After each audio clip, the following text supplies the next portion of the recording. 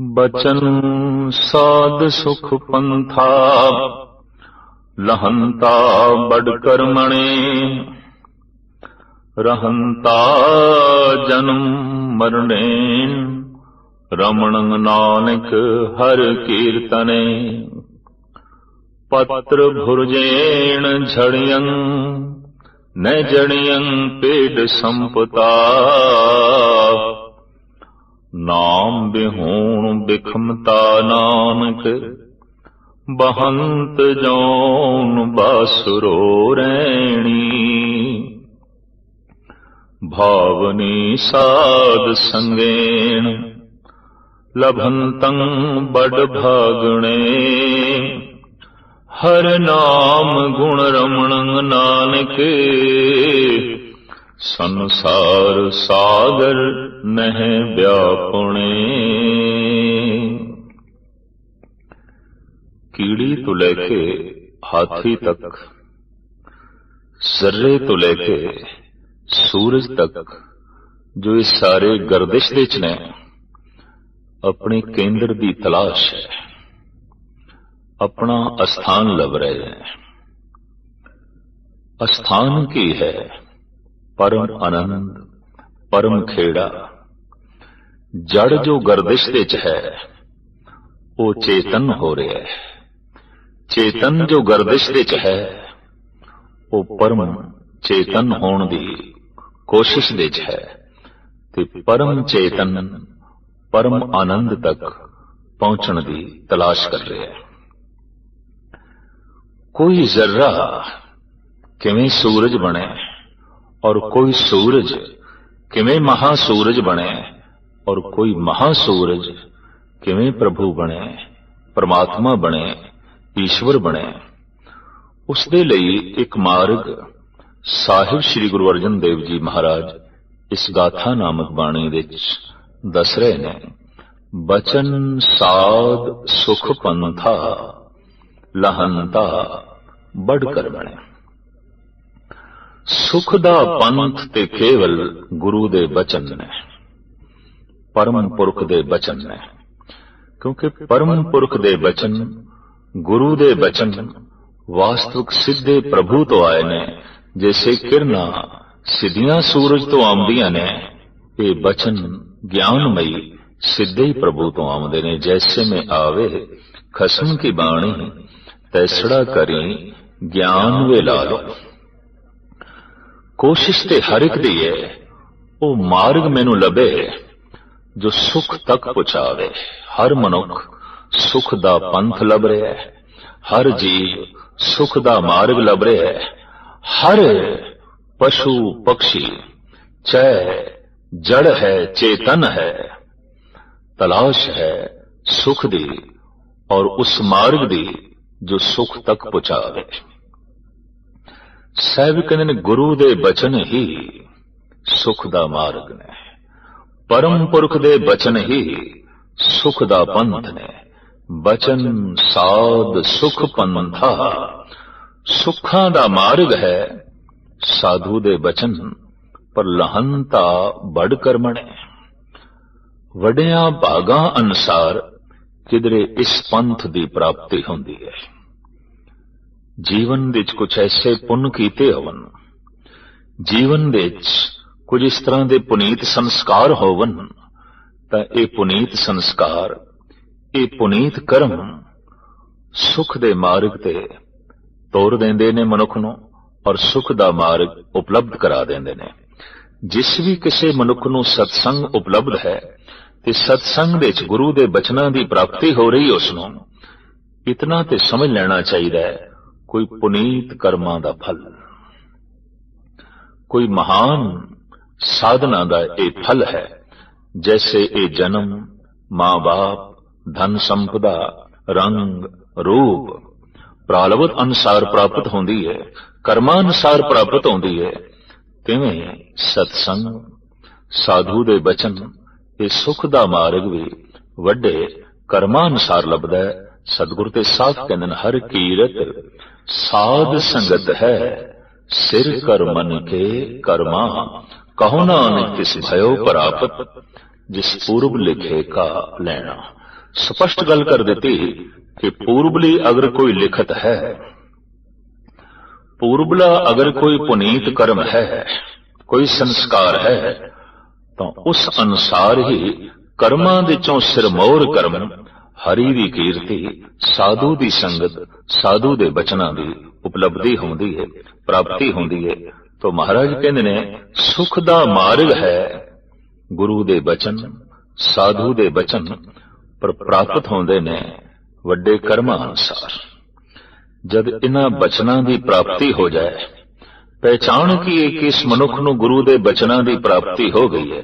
प्राप्ति तो मुराद ये हुण गुरु दे बचनां अनुसार चल रहा है, कि गुरु दे मार्ग ते चलन तो मुराद गुरु दे बचन दे मुताबिक अपनी जीवन बसर कर रहे हैं। हुण जो गुरु दे बचन ने वो इसदा जीवन बन चुके है। हुण जो गुरु दे बोल ने उदी तर्जे जिंदगी बन चुकी है। अगर ऐसा है तो गुरु दे बचनां विच एक बरकत है, रहंता जन्म मरणे रमण नानक हर कीर्तने। ऐसा मनुख पर हरि कीर्तन करता है और प्रभु दे गुणां दा रमण करन लग पैंदा है, उदी विचार करन लग पैंदा है और कीर्तन कर करके उस विच अपनी सुरत जोड़दा है, लिवलीनता प्राप्त करदा है। इसदा सदका यह हुंदा है कि वह जन्म ते मरण तो बच जाता है। जो दुखां दी खाण है, सारे कलेशां दी खाण है, जन्म ते मरण, इस तो उसका जो है बचाव हो जाता है। अगले श्लोक विच साहिब कहंदे ने पत्र भुरजेण झड़ियन ने जड़ियन पेड़ संपदा। पतझड़ दी रुत दे मौसमे खिजां दे दरख्तां नालों जद पत्ते सुकदे ने ते सुक के झड़दे ने, धरती ते गिरदे ने। उस रुत नूं खिजां आखदे ने, पतझड़ दी रुत आखदे ने। प्राचीन भाषा विच पत्तर भुरजे, रुत आईए पत्तर भुरजे। तो साहिब कहंदे ने पत्तर भुरजेण झड़ियं ने जड़ियं पेड़ संपदा।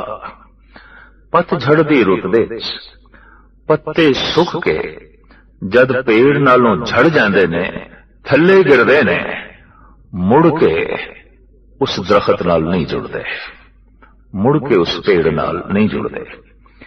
ये तो एक दृष्टांत है, प्रमाण है, उदाहरण है। किस प्रथाई दिता गया है? तो महाराज कहने नाम बिहूण बिखुमता नानक बहंत जौन बासरो रहणी। इसी तरीके नाल जो नाम दी टहनी तो नाम दे वृक्ष तो जो है टुटदा है, तो वासना दी पवन उसनू बहुत सारी जूना दे धकेल देंदी है। जैसे गिरिया होया पत्ता, सुक्का पत्ता, पवन उसनू थां थां ते लई फिरदी है, कदी किधरे कदी किधरे।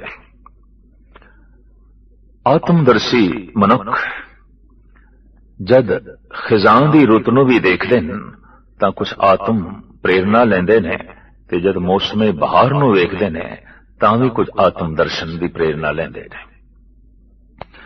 महान अनुभवी साधु एक दिन पतझड़ दी रुत दे जंगल दे चों लंघे जा रहे हैं। सुक्के पत्ते हवा दे तेज झोंकियां नालों टुट के जमीन ते पै रहे ने और कड़कड़ करदे ने। सुक्के पत्तियां च आवाज कड़कड़ दी। हल्के हो गए ने, हवा हुण उन्हां नूं दूर लई जांदी है, दूर लई जांदी है। जिस दरख्त दी शाख नाल उन्हां दा जीवन सी, उन्हां दी हरियावली सी, उन्हां दा खेड़ा सी, जिहड़ी पवन उन्हां नूं नचांदी सी, दरख्त दे नाल जद ओ जुड़े सन, नृत करदे रहिंदे सन, झूलदे रहिंदे सन, आनंदित सन, हरे भरे सन, ओही पवन अज दूर ले जा रही है। जद सुक गए, गिर गए। इस महान साधु दे अंदरों इस गिरे हुए पत्ते नूं वेख के, इस भटकदे हुए पत्ते नूं वेख के, जिसनों पवन बहुत दूर ले जा रही सी, दरख्त ते जो है पत्ते दा संवाद लिख दिता।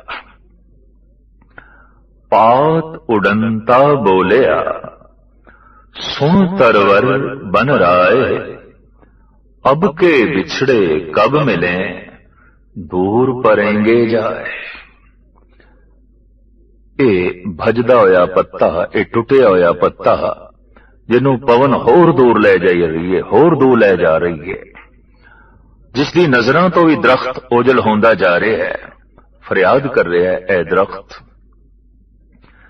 ਟੁੱਟਦੇ ਗਏ ਆ ਤੇਰੇ ਨਾਲੋਂ, ਫਿਰ ਕਦੋਂ ਜੁੜਨਾ ਨਸੀਬ ਹੋਵੇਗਾ, ਫਿਰ ਵੀ ਕਿਧਰੇ ਮਿਲਾਪ ਹੋਵੇਗਾ। ਪਾਤ ਉਡੰਤਾ ਬੋਲਿਆ सुन तरवर बन राय, अब के बिछड़े कब मिले दूर परेंगे जाए। अगों दरख्त बोल पिया, आगे तरवर बोलिया सुन पात मम बात, हमरो एही सुभाव है एक आवत एक जात। मेरे सुभाव दा तैनू पता नहीं, तू झड़ गया ਹੋਰ ਮੈਨੂੰ ਲੱਗ ਜਾਣਗੇ। ਸਾਡੇ ਕੋਲ ਤੇ ਇਹ ਆਵਾ ਗਵਨ ਬਣਿਆ ਹੀ ਰਹਿੰਦਾ ਹੈ, ਇੱਕ ਆਉਂਦੇ ਨੇ, ਇੱਕ ਜਾਂਦੇ ਨੇ, ਇੱਕ ਰੁਖਸਤ ਹੁੰਦੇ ਨੇ, ਹੋਰ ਆ ਜਾਂਦੇ ਨੇ, ਉਹ ਰੁਖਸਤ ਹੁੰਦੇ ਨੇ, ਹੋਰ ਆ ਜਾਂਦੇ ਨੇ। ਦਰਅਸਲ ਸੰਸਾਰ ਦਾ ਇਹੀ ਸੁਭਾਅ ਹੈ। ਇਧਰ ਅਰਥੀ ਚੁੱਕ ਕੇ ਲੈ ਜਾ ਰਹੇ ਹਾਂ ਸ਼ਮਸ਼ਾਨ ਘਾਟ ਦੀ ਤਰਫ, ਇਧਰ ਕਿਧਰੇ ਜਨਮ ਹੋ ਰਿਹਾ ਹੈ। ਖੁਸ਼ੀਆਂ ਦੇ ਸ਼ਾਦੀਆਨੇ ਪੇ ਵੱਜਦੇ ਨੇ, मुंडे दा जन्म हो रहा है, इधर बुढ़े दी अर्थी निकली हुई है। इधर जन्म इधर मरण। संसार एक वृक्ष की तरह है और मनुख ये जीव पत्तियां की तरह ने। पत्ते छोटे होंदे ने, वड्डे होंदे ने, मौसमे खिजां विच कुमलांदे ने, झड़दे ने, दरख्त नूं होर लग जांदे ने। अनंत काल तो संसार रूपी दरख्त का यह सुभाव रहा है, झड़ना ते होर पत्तियां दा लग जाना, झड़ना ते होर पत्तियां दा लग जाना, मरना ते फिर जन्म हो जाना, मरना ते फिर जन्म हो जाना। इस तरीके नाल ये संसार दा दरख्त अपनी शानो शौकत दे नाल अनंत काल तो जो है खड़ा है। साहिब गुरु अर्जन देव जी महाराज इसे उदाहरण नूं जरा होर अध्यात्मक दी रस दी गूढ़ी चाशनी दे लिपेट के जगत दे सामने रखते ने। पत्थर भुरजेण झड़ियां ने जड़ियां पेड़ संपता, मौसमे खिजां दे जद पत्ते सुक गए दरख्त नालों झड़दे ने, मुड़ के नहीं जुड़ते। नाम बिहून बिखमता नानक, बहंत जौन बासरो रहने। इसी तरह सत्संग दे चों जो नाम दी टहनी नालों टुटदे ने, वासना दी पवन बड़ा दूर ले जांदी है, बहुत दूर ले जांदी है और अनंत जन्मां विच उन्हां नूं जो है भटकांदी है। इत्थे सतगुरु ये कहंदे ने जिवें पत्ते दी हरियावली उदों तक है जदों टहनी नाल जुड़िया होया है और टहनी तो उसनूं रस जल प्राप्त हो रहा है। हवा भी उसनूं खेड़ा दे रही है, वो नृत्य कर रहा है। पर जैसे शाख नालों टुटदा है, हवा हुण इसनूं बेजार कर दी है, दरख्त तो दूर रह जाती है। इसी तरीके नाल परबल वासना करके, परबल लोभ करके, परबल कामनावां करके जद कोई मनुख सत्संग तो टुटदा है, नाम तो टुटदा है, सत्संग वृक्ष की तरह है और जो जप है वो टहनी है। जैसे जप दी टहनी तो सत्संग दे वृक्ष तो मनुख टुटदा है, टुटदा वासना करके ही है और सुकदा है लोभ करके, क्रोध करके। लोभ ते क्रोध दरअसल ये जीव लई मौसमे खिजां है, अंतरीव दुनिया का मौसमे खिजां है, पतझड़ दी रुत है जिहदे च जीवन विच सोका आ जांदा है, रस नहीं रह जांदा, हरियावली नहीं रह जाती, सुक जाता है। और जैसे वासना का वेग, वासना की एक पवन बहुत जोर दी जो है चल रही है, तो सुक्या होया ये झड़ भी जाता, पहले तो सुक गया, बैठा तो सत्संग दे च है, मायूस है, चिंतातुर है, हौके भर रहा है, हैरानगी है, दरख्त नाल जुड़े होया ते फिर सुक गया। दरअसल रस नहीं मिल रहा इसनू दरख्त तो, तद ही सुक गया। सत्संग विच बैठिया होया भी कोई बाणी नालों शब्द नालों अपना संबंध तोड़ सकता है, तो बैठा ते सत्संग विच है, जुड़िया ते दरख्त नाल है, पर अंदरों संबंध टुटा होने करके सुक गया। जे सुक गया तो फिर एक दूसरा भी खतरा है, ये झड़ भी सकता है। किसी दिन ऐसा वासना दा झक्खड़ झुलदा है, ये टुट जाता है, हुण सत्संग विच बैठा भी कोई नहीं, हुण आउणा भी नसीब नहीं होया। हुण वासना दी पवन इतना दूर ले जाती है, इतना दूर ले जाती है, तरह तरह के जन्म ते मरण के चक्कर दे जो है पा देंदी है। तो साहिबा ने एक बड़ा सुंदर एक उदाहरण दिता है, पत्तर भुरजेण झड़ियन न जड़ियन पेड़ संपता नाम बिहूण बिखुमता नानक बहंत जौन बासरो रहणी।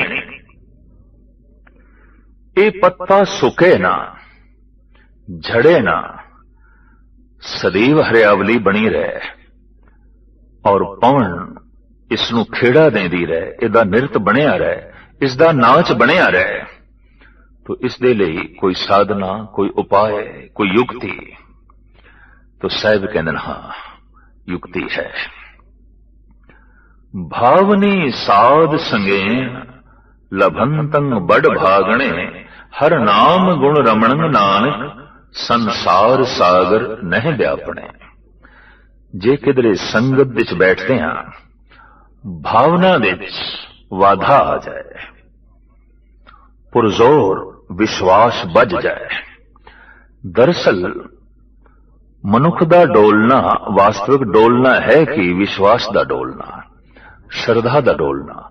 तदी ते प्रार्थना करनी पैंदी है, डोलन ते राखो प्रभु नानक दे कर अर्थ। हे प्रभु तू अपना मेहर दा हाथ रख के डोलन तो बचा ले। डोलदा की है साडा भरोसा, डोलदा की है साडी श्रद्धा। कदी वध जांदी है, कदी घट जांदी है। भरोसा कदी वध जांदा है, कदी घट जांदा है। मन इच्छत कम हो गया है तो भरोसा वध जांदा है। मनोकामना दी पूर्ति नहीं हुई तो भरोसा कमजोर होने लग पैंदा है। चाहत नूं फल लगे है तो श्रद्धा वध जांदी है, पर चाहत पूरी नहीं हुई तो श्रद्धा डोलण लग पैंदी है, कमजोर होंदी है। और जैसे जैसे श्रद्धा कमजोर होंदी है, अंदरों जीव चेतना सुकदी है, और जब सुकी है तो फिर डर रहिंदा है झड़न दा। साहिब कहंदे ने ये सुके ना, ये झड़े ना, सदैवी खेड़ा बनिया रहे, सदैवी हरियावली बनी रहे। उहदे लई लाजमी है कि इहदे अंदर श्रद्धा बनी रहे, इसदे अंदर भरोसा बनिया रहे, इहदा विश्वास डोले ना, इसदे भरोसे नूं सट ना लगे। तो फिर ये की करे? भावनी साध संगेन लभंतंग बड़ भागणे। अगर खुशकिस्मती ऐसी होवे कि साध संगत लभ पवे, ते साध संगत विच प्रभु दा भरोसा भी लभ पवे, श्रद्धा भी लभ पवे, ते उत्थे मनुख हरि नाम दे गुणां दा उचारण भी करन लग पवे। ते सिर्फ उचारण ही नहीं, उन्हां दी विचार भी करन लग पवे। तां फिर साहिब कहंदे ने नानक संसार सागर नह व्यापणे। ये जो संसार महासागर है, इहदियां लहरां उसनूं नहीं व्यापणगियां। ये संसार सागर उसनूं डोबेगा नहीं और ये सहजे पार हो जाएगा। साहिब गुरु अर्जन देव जी महाराज ने लड़ीवार इन्हां बचनां दे साफ कह दिता है कि साधु दा बचन सुख दा मार्ग है, और उस बचन दे ते श्रद्धा दा लभ जाना, भरोसा दा लभ जाना बहुत वड्डे भागां दी निशानी ते बहुत वड्डी प्राप्ति। और उस भरोसे दा सदका संसार सागर तो पार हो जाना, ये लक्ष्य दी प्राप्ति हो गई। इते जीवन का लक्ष्य प्राप्त हो गया। तो मूल गल इत्थे आ गई भावना दी। जिथे भावना प्रगाढ़ हो जाए, भरोसा प्रगाढ़ हो जाए, भावना प्रगट हो जाए, अंकित हो जाए, उसे नूं ते आख्या जांदा है ये भगत है। ते श्री रविदास जी महाराज ते कहंदे ने साध संगत बिन भाव नहीं उपजे, भाव बिन भगत ना होए तेरी। भाव तो बिना कौन भगत होया है, भावना तो बिना किसदी भक्ति जो है सिरे चढ़ी है। मूल गल ते भावना दी है, ते भावना दे अंकित होण तो ही इसने जो है भगत बनना है। ते भावना दी प्राप्ति साध संगत दे चों और पूर्वले पुन प्रताप, जैसे जैसे साध संगत दे च प्रभु दा भरोसा वधे, तो प्रभु दा भरोसा वधना ही साध संग दा लाभ है। और भरोसे दा कमजोर हो जाना, श्रद्धा दा कमजोर हो जाना, भावनावां दा छीण होना, यही अध्यात्मक नुकसान है।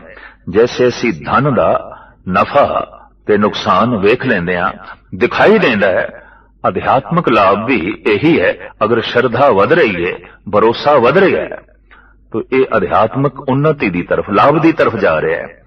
पर भरोसा छीण हो रहा है, भावना छीण हो रही है, श्रद्धा घटती जा रही है, तो इते तोटे दी तरफ जा रहा है, इते घाटे दी तरफ जा रहा है। इस वास्ते साहिब कहंदे ने जैसे बारला धन ये भी पुन प्रताप अनुसार प्राप्त होता है। गुरु अर्जन देव जी महाराज जैसे कहंदे ने कि दानं परा पूर्वेण भुजंते महीपते। जैसे पूर्वला कीता होया दान ही बड़े बड़े धनवान धन नूं प्राप्त करदे ने और सुख भोगदे ने बड़े बड़े महीपत। इस तरह पूर्वले पुन प्रताप ज्ञान साधना जप साधना द्वारा ही भावना की प्राप्ति होती है। और वो जिहड़ी भावना है मन नूं एकाग्र कर देंदी है और संसार सागर तो पार कर देंदी है। जद संसार अपनी तरफ खिंचे, पदार्थ अपनी तरफ खिंचन, तो श्रद्धा कमजोर होंदी है।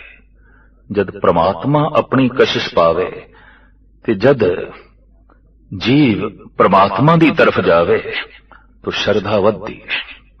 संसार दा अपना खिंचाव है, निरंकार दी अपनी कशिश है। इंज कह लो जिवें मनुख ऐसा बाइबल खड़ा होवे कि इनू दोनों पासे खिंचिया जाए, तो उसकी की हालत होंदी है। किसी हद तक जन्मां जन्मांतरां तो मनुख की यही हालत है। परमात्मा अपनी तरफ खिंचदा है, पदार्थ अपनी तरफ खिंचदे ने, संसार अपनी तरफ खिंचदा है, निरंकार अपनी तरफ खिंचदा है। ये गल वखरी है कि संसार नूं गुरु नानक देव जी महाराज कहंदे ने कि निरंकार दी छाया तो इलावा होर कुछ नहीं है। महामाई ताकी है छाया। पर जितना कोई वड्डा आप होवे, कुदरती गल उसकी छाया भी उतनी वड्डी होंदी है। जेवड़ आप तेवड़ तेरी दात। तो परमात्मा बहुत वड्डा है, बहुत वड्डा है, उसकी छाया भी बहुत वड्डी है, बहुत वड्डी है। जिथे परमात्मा रूपी वृक्ष दे कोल तरह तरह के आत्मक आनंद दे फल ने और फुल ने, उत्थे उसदे कुल पदार्थां दी छाया भी है। ये संसार जिस दे पदार्थ ही पदार्थ ने, ये परमात्मा रूपी वृक्ष की छाया है। तो परमात्मा का अपना प्रभाव है, छाया का अपना प्रभाव है। लेकिन एक गल स्पष्ट है, छाया ते जमीन ते भी मिल सकती है। उपर उठण की लोड़ ही नहीं है, उच्चा उड्डण की लोड़ ही नहीं है, कोई सुरत नूं उच्चा करन की लोड़ नहीं, छाया जमीन ते भी मिल सकती है। इस वास्ते धनवान बनन लई लाजमी नहीं कि कोई गुणवान होवे। धनवान बनन लई लाजमी नहीं कि कोई सत्संगी होवे। धनवान बनन लई लाजमी नहीं कि वो जप तप करे। छाया ते जमीन ते भी मिल जाती है। दुराचारी कोल भी धन हो सकता है, पापी कोल भी धन हो सकता है। जैसे कि प्रसिद्ध महात्मा तुलसी जी दा बोल, संत समागम हर के था, तुलसी दुर्लभ दोए, सुत धारा धन लक्ष्मी पापी ग्रह भी होए। इति पापियां कोल भी असी देखते हैं, उन्होंने औलाद भी है, उन्होंने कोल धन संपदा भी है, ਉਹਨਾਂ ਦੇ ਕੋਲ ਮਹਿਲ ਮਾੜੀਆਂ ਵੀ ਨੇ, ਦਰਅਸਲ ਛਾਇਆ ਤੇ ਕੀੜੇ ਮਕੌੜਿਆਂ ਨੂੰ ਵੀ ਪ੍ਰਾਪਤ ਹੋ ਜਾਂਦੀ ਹੈ। ਜੋ ਜ਼ਮੀਨ ਤੇ ਰੇਂਗਦੇ ਪਏ ਨੇ, ਦਰਖਤ ਦੀ ਛਾਇਆ ਤੇ ਉਹ ਵੀ ਮਾਣ ਲੈਣਗੇ। ਇਹ ਠੀਕ ਹੈ ਕਿ ਛਾਇਆ ਦਾ ਵੀ ਆਪਣਾ ਇੱਕ ਰਸ ਹੈ। ਧੁੱਪ ਦੇ ਚੋਂ ਤਪਿਆ ਹੋਇਆ ਮਨੁੱਖ ਹੋਵੇ ਤੇ ਛਾਇਆ ਦੇ ਚ ਆ ਗਿਆ ਤਾਂ ਉਹਨੂੰ ਸਕੂਨ ਮਿਲਦਾ ਹੈ, ਸ਼ਾਂਤੀ ਮਿਲਦੀ ਹੈ। ਭੁੱਖ ਦਾ ਸਤਾਇਆ ਹੋਇਆ ਮਨੁੱਖ ਚੰਗਾ ਭੋਜਨ ਮਿਲ ਗਿਆ।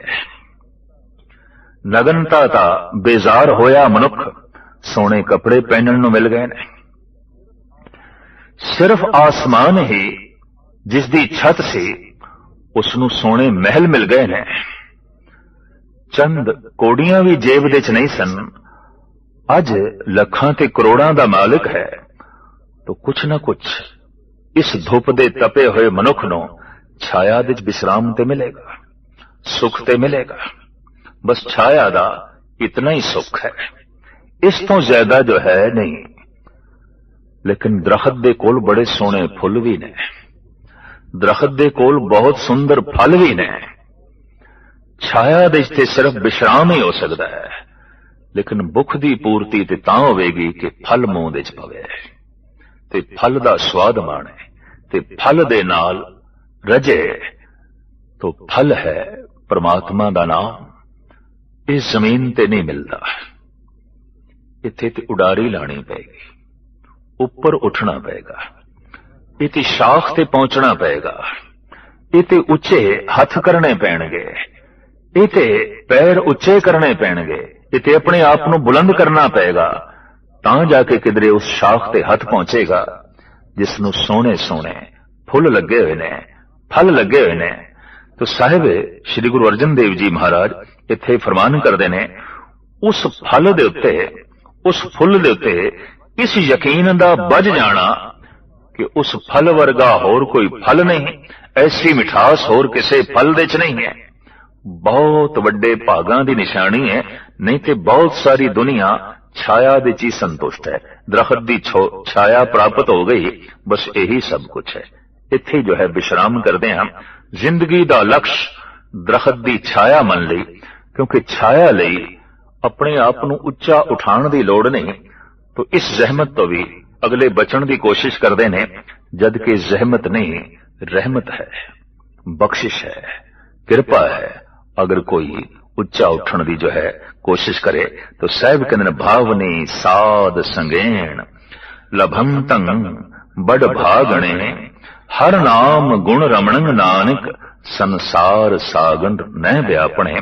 साध संगत दे च हरि नाम दे उत्ते जिस दी श्रद्धा बज गई है, भावना बज गई है, ते हरि दे गुणां दा ओ रमण करन लग पिया है, फिर संसार दे दुख उसनूं नहीं व्यापदे, फिर संसार उस ते हावी नहीं आउंदा, फिर छाया उसनूं रोकदी नहीं कि हुण तू फल तक नहीं जाणगा, फल तक नहीं जावेगा, फल नूं अपने हाथ नहीं पसारेगा, बल्कि वो छाया नूं कह देंदा है तेरे थल्ले मैं विश्राम कर लिया, आराम कर लिया है, पर मेरी जिंदगी दा लक्ष्य वो फल है, मैं उसनूं प्राप्त करना है।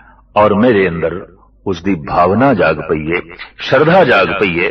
अगर ऐसा हो गया तो सदगुरु कहंदे ने कि अध्यात्मक तौर ते उन्नति दे मार्ग ते जा रहा है, लाभ दे मार्ग ते जा रहा है। गाथा गूढ़ अपारं समझणं बिरला जने, संसार काम तजणं नानक गोविंद रमणं साध संग में। सुमंत्र साध बचना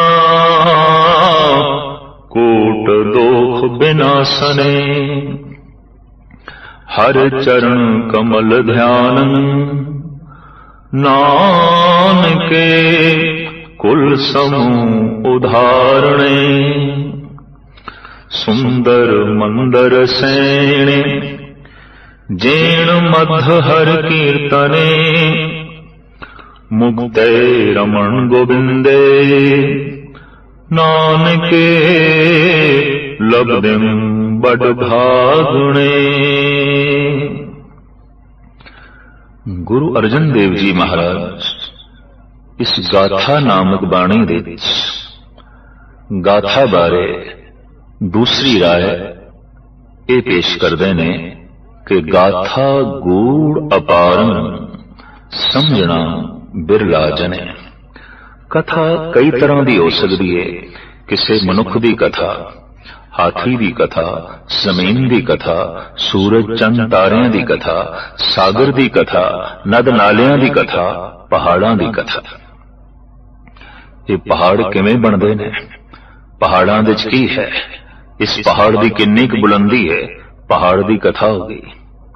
दरिया की कथा, ये दरिया कित्थों निकलदा है, इस दे च होर कितनियां धारावां आके मिलदियां ने, ये किन्ना क वड्डा है और केड़ी थां ते किथे सागर दे च लीन हुंदा है। इसी तरीके नाल मनुख की कथा है, जमीनां दी कथा है, मुल्कां दी कथा है, कौमां दी कथा है, पशु पक्षियां दी कथा है। इन्हां ही अनंत कथावां विचों एक कथा है प्रभु दी कथा, आत्म कथा, परमात्म कथा, जिस बारे साहिब गुरु अर्जन देव जी महाराज कहते हैं कि सब तो गूढ़ तो मुराद है बारीक, अत्यंत सूक्ष्म, अति सूक्ष्म। परमात्मा की कथा सब तो बारीक है। कोई भी इतना विशा बारीक नहीं जितना के प्रभु दा नाम, प्रभु दी बाणी, प्रभु दी होंद, ये प्रकरण जितना बारीक है। अगर परमात्मा की कथा बहुत बारीक है तो फिर मत चाहिए ऐसी जिहड़ी बड़ी बारीक बीन होवे, बारीकियां नूं वेख सके। असी देखते हैं कि साडे अख दी भी अपनी एक सीमा है कि कुछ बारीक चीजां असी नहीं वेख सकते, फिर सानू खुर्दबीन दा आसरा लेना पैंदा है, तां उन्हां दी असलीयत दिखाई देंदी है। इसी तरीके नाल प्रभु ते अति बारीक अगर ये किसी खुर्दबीन नाल भी देखिया जा सकदा तो हुण तक ते विज्ञान सफल हो गया हुंदा। नहीं, ये दिस सकदा है गुरु दे बचनां दी खुर्दबीन द्वारा। भगत कबीर जी दे बड़े सुंदर बोल आप कहंदे ने, ओए जो दीसे अंबर तारे किन एव चीते चेतन हारे। ऐ पंडित, गोष्ठी पंडित नाल हो रही है, क्या तेनू पता है किस चितेरे ने ये सितारे चित्रे ने, किस चित्रकार ने इस सूरज दे नूर भरे है, किस चितेरे ने इन्हां फुल्लां दे महक पाई है, स्वप्न पाया है, कोमलता पाई है, क्या तेनू पता है? अगला कहंदे, कबीर क्या तुसी जानदे हो? हां, मैनू तो बहुत कुछ पता है। कहो रे पंडित अंबर कांसों लागा, बूझे बूझन हार सुभागा। कोई सुभागा इसनू जानदा है कि ये अंबर, ये आसमान किस आश्रय ते खड़ा है। दरअसल परम ज्ञान दी चरम सीमा जिहड़ी है मनुख नू विज्ञानक बना देंदी है। आसमान कैसे खड़ा है, क्यों खड़ा है, किस आधार ते खड़ा है, प्रश्न ते विज्ञानक है, लेकिन कबीर दे अंदरों पैदा हो रहे हैं। और कबीर के अंदर मैं जानता ये सितारे किवें बने, कदों बने और किसती चित्रकारी ने इन्हां नूं शिंगारे है, सवारे है। सवाल ते विज्ञानक है, प्रश्न वास्तविक इते प्राकृतिक है। लेकिन कबीर कहंदे ने, मैनू इसदा बोध है, मैनू इसदी समझ है, मैं ये सारा कुछ जानदा। अज विज्ञान कह रहा है कि अरबां खरबां सूरज ने, गुरु अर्जन देव जी महाराज ने गालवन अज तो 450 साल पहले साफ कह दिता सी, कई कोट ससियर सूर निखत्र। कई करोड़ा सूरज चंद तारे ने, ग्रह नक्षत्र ने बहुत लंबा पसारा है, बहुत वड्डा पसारा है ते एक तरीके दा एक विज्ञान। पर जब ज्ञान की कोई चरम सीमा ते पहुंच जाता है तो विज्ञान उस लिए पढ़न की लोड़ नहीं पैंदी। विज्ञान की हकीकत उस दे ते नाजिल हो जाती, वो सब कुछ देखता है, सारी दी सारी असलियत देखता है। इस वास्ते विज्ञान संबंधी गुरु ग्रंथ साहब जी महाराज दे जो कुछ भी मिलता है, अजोके विज्ञानक उसनूं रद्द नहीं कर सके। अज दा विज्ञान उसनूं कबूल करदा है, उसनूं मनदा है। जैसे कि गुरु अर्जन देव जी महाराज कहंदे ने, जिवें साडी उम्र है ते एक सीमा ते पहुंच के असीं घटना शुरू हो जांदे हैं। जैसे 40 सी पुर होए 85, पग खिसे 60 के बुढ़ेपा आवे। 40 साल शरीर दी शिखर है, फिर उतार है, फिर बुढ़ेपा आ जाता है और एक दिन साडा अंत हो जाता है। साहब कहते ने इसे तरीके नाल घटंत दीपं घटंत रूपं घटंत रव सस निकत्र गगनं, ये सूरज चंद तारे ये भी एक दिन बुढ़े होके घटदे ने ते घटन तो बाद मिटदे ने, निस तो नाबूद होंदे ने। ये नियम जो साडे ते लागू है, सब कुछ ते लागू है। ये सारियां विचारां ते किसी हद तक विज्ञान ने, पर एक परम ज्ञानी नूं इसदा बोध होंदा है, इसदी जो है समझ होंदी है। तो भगत कबीर दे उत्ते उस ब्राह्मण ने एक प्रश्न कीता कि भगत जी ये सब कुछ जो आप नूं बोध है कि आसमान किवें खड़ा है, सितारियां दे च ये नूर किसने भरिया है, सूरज दे च ये प्रकाश किसने दिता है, ये जिहड़ा सारा आप नूं बोध है ये किवें प्राप्त होया और ये क्या मैनू भी प्राप्त हो सकता है? तो भगत कबीर कहते हाँ, कहो कबीर जानेगा सोई, हिरदे राम मुख रामे होई। रसना ते राम होवे, हिरदे च भी राम होवे, रसना जपे हिरदा जपे, दोहां दा तालमेल बैठ जाए तो कबीर कहते ने इन्हां सारियां बारीकियां नूं, पदारथ दियां इन्हां सारियां बारीकियां नूं, संसार दे इन्हां सारे गुज्जां दे भेदां नूं वो जो है जान लवेगा। इन्हां सारियां ही छुपियां हुई गल्लां ते उहदे सामने पर्दा हट जाएगा। तो जिथे पदारथ दे भेद नूं समझण लई भी एक बारीक बीनी चाहिए, जैसे कि साइंटिस्ट है, जैसे कि साइंसदान है, विज्ञानक है, बड़ा बारीक दिमाग है उसदे कोल। पदारथ दे वास्तविक अस्थूल चीजां दे वो बड़े गुज्जे राज समझ लैंदा है ते जान लैंदा है, पर परमात्मा दा भेद जानना साइंटिस्ट तो ये 1000 कदम अगे जाण वाली गल है। इस वास्ते एक भगत तो हजारां साइंसदान कुर्बान कीते जा सकते ने, सदके कीते जा सकते ने, क्योंकि उसनूं जो बोध है महान बोध है। इस वास्ते साहिब गुरु अर्जन देव जी महाराज कहते ने परमात्मा की जिहड़ी कथा है अत्यंत गूढ़ है, बारीक है। इसनूं ओही समझेगा जिहदे कोल बुद्ध बारीक है, जिहदे कोल बारीक भी नहीं है। कहते हर वक्त पदार्थ का चिंतन करिए अकल मोटी होंदी है, और परमात्मा का चिंतन करिए अकल बारीक होंदी है। इस दौर दे इस सदी दे जिसनूं असीं 20वीं सदी कह रहे हैं, जिस दे असीं जी रहे हैं, अकल बहुत मोटी हो गई है, बहुत मोटी हो गई है। इलम बहुत वध गया है, पढ़ाई बहुत वध गई है, अकल बहुत मोटी हो गई है। इस वास्ते सतगुरां नूं कहना पिया कि पढ़े लिखे मूर्खां दी तादाद वध गई है। एक दौर सी, एक जमाना सी कि अनपढ़ सियाणियां दी तादाद ज्यादा सी। एक दौर है कि पढ़े लिखे मूर्खां दी तादाद बहुत वध गई, बहुत वध गई। पढ़िया मूर्ख आखिए जित लब लोभ अहंकार। जिस इलम ने, जिस तालीम ने, जिस पढ़ाई ने मनुख दा लोभ वधा दिता होवे, वासना वधा दिती होवे, अहंकार वधा दिता होवे, वैर विरोध वधा दिता होवे, उसनूं इलम किस तरह आखोगे? उते इलम दे नाम दे उते धोखा होया। जिस दीवे ने घर ही जला दिता है उस दीपक नूं दीपक आखण दी की लोड़ है? ते अगन सी, घर जल गया, नाश हो गया, खाक हो गया। तो इलम ते बहुत वधे है, पढ़ाई ते बहुत वधी है, पर अकल मोटी हो गई, क्योंकि इलम ने, पढ़ाई ने मनुख नूं जिहड़ी देशना दिती कि पदार्थ दा चिंतन करो, पदार्थ दी मंग करो, यही जीवन दा लक्ष्य है और कुछ नहीं। तो हर वक्त सोचनी दे पदार्थ पदार्थ, तो अकल मोटी हो गई। हुण मोटी अकल परमात्मा नूं किस तरह समझे जबकि परमात्मा अत्यंत बारीक अति बारीक।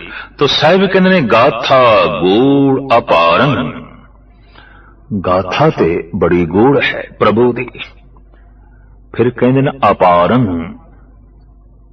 इंद्रियां दी पहुंच तो परे है, अपार है, जिस तक पहुंच पाना बहुत औखा है।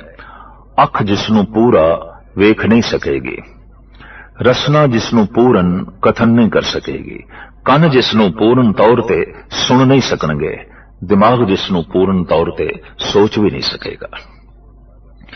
गाथा गूढ़ अपारन, समझण बिरला जने, चाहे अपार है चाहे अत्यंत गूढ़ है बारीक है, पर साहिब कहते फिर भी कोई ऐसे विरले मनुख ने हैं जो इस बारीकी नूं समझ लेंदे ने, जो उस अपार तक पहुंचते ने ते परम आनंद माणदे ने।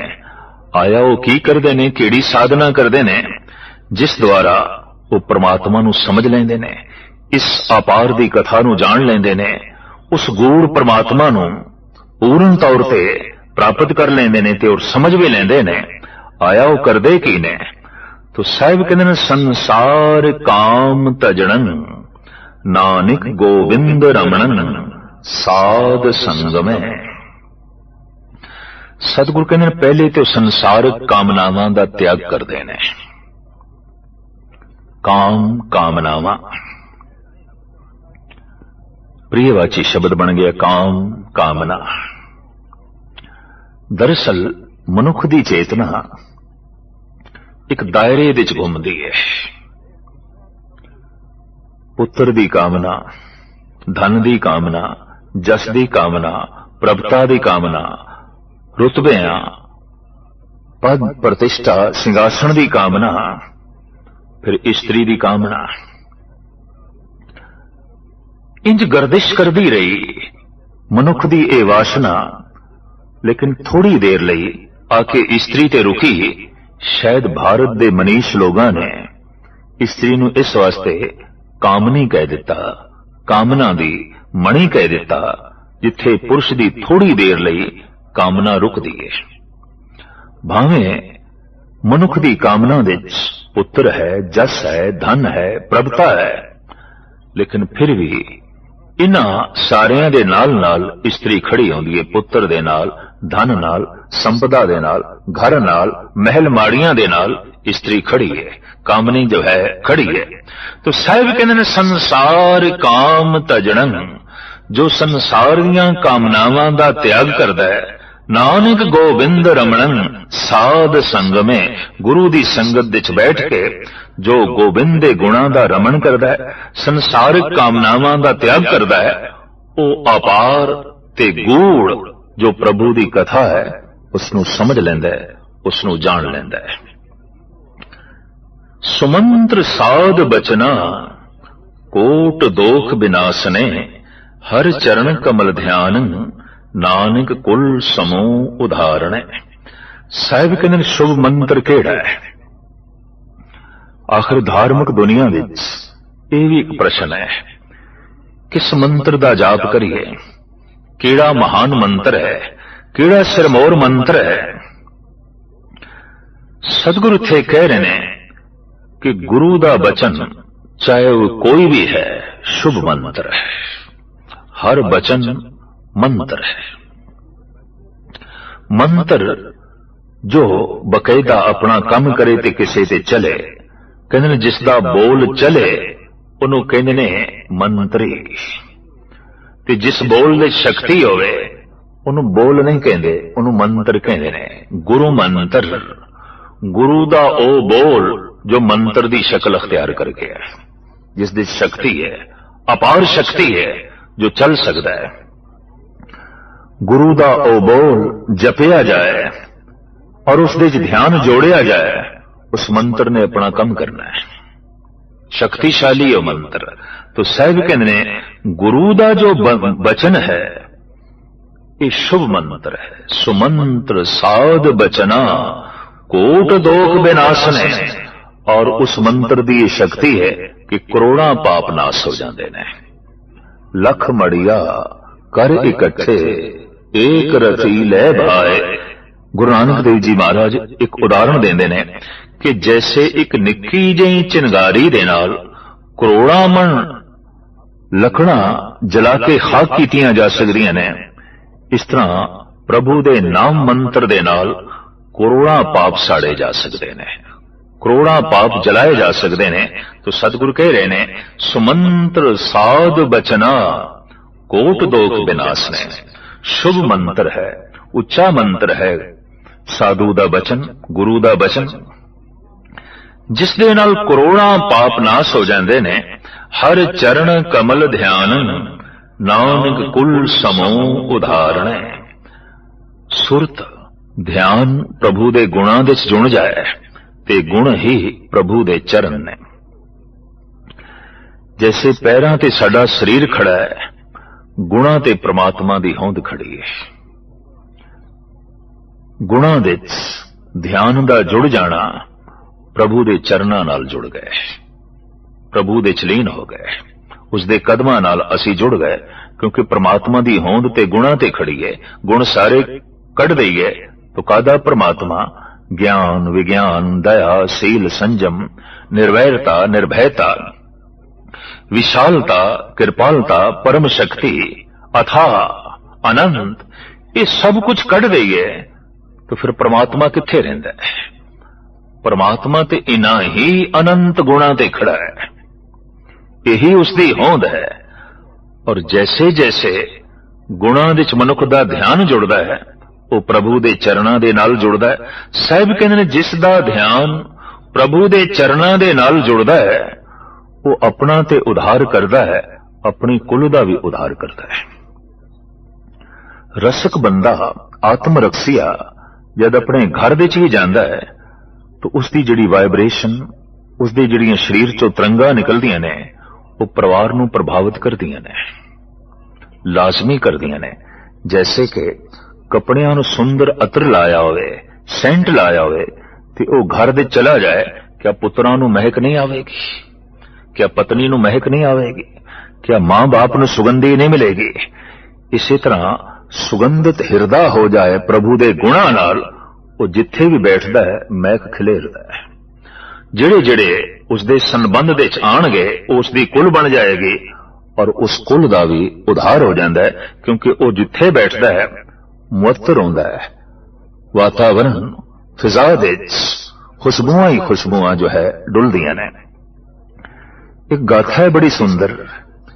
एक सूफी फकीर नूं एक पिंड दे वासी ने बहुत कौड़े शब्दां नाल आख्या कि रोज भिक्षा मंग के ले जांदे हो और खामोशी नाल लंघ जांदे हो, कुछ खुदा दी गल सुनाया करो, कुछ खुदा दे मार्ग ते तोरण दी गल करया करो, कुछ साडे मन दे च भी प्रभु दे नाम दा वासा कराया करो। खामोशी नाल लंघ जांदे हो, चुप चुप इते ही लंघ जांदे हो, ऐसा क्यों? उस फकीर ने बड़ी कीमती गल आखी। आखण लगा जब मेरे कोल कुछ होवेगा तो मेरे लंघण नाल भी थानू मिल जाएगा, अगर मेरे कोल कुछ भी नहीं तो मेरे बोलण नाल भी थानू कुछ नहीं मिलना। जे मैं आखां कि मेरे कपड़े इन्हां च बड़ी सुगंधी है, मेरे तन दे च बड़ी महक है, जद के ना सेंट लाया होवे, अतर लगया ही नहीं, तो बोलण नाल की है? कुछ भी नहीं। मैं कितना रोला पावां, कितना कोई शोर शराबा करे कि मेरे कोल महक है, मेरे कोल सुगंधी है, मेरे कोल खुशबू है, पर वास्तविक खुशबू ना होवे तो वाकई एक रोला ही है और कुछ नहीं। पर जे खुशबू लगाई होवे, इतर लगाया होवे, रोला पाण दी लोड़ भी नहीं, खामोशी नाल लंघ जाए, लोकी मुअत्तर हो जाणगे, लोकी धन धन कर उठणगे, लोकां दे दिल दिमाग विच खेड़ा ही खेड़ा जो है पैदा हो जाएगा। इस वास्ते साहिब कहंदे ने जिन्हां दा ध्यान प्रभु दे चरण कमलां नाल जुड़दा है, वो अपने कुल दा भी उद्धार कर लेंदे ने, अपने परिवार दा भी आसरा बनदे ने, अपने संबंधियां दा भी आसरा बनदे ने। सुंदर मंदर सैणे जैन मद हर कीर्तने, मुक्ते रमण गोबिंदे नानक लबदे बड़ भागणे। ਕਿਹੜਾ ਮਕਾਨ ਸੋਹਣਾ ਹੈ, ਕਿਹੜਾ ਘਰ ਖੂਬਸੂਰਤ ਹੈ। ਆਪਣੇ ਆਪਣੇ ਪੈਮਾਨੇ ਨੇ ਨਾਪਣ ਦੇ, ਤੋਲਣ ਦੇ।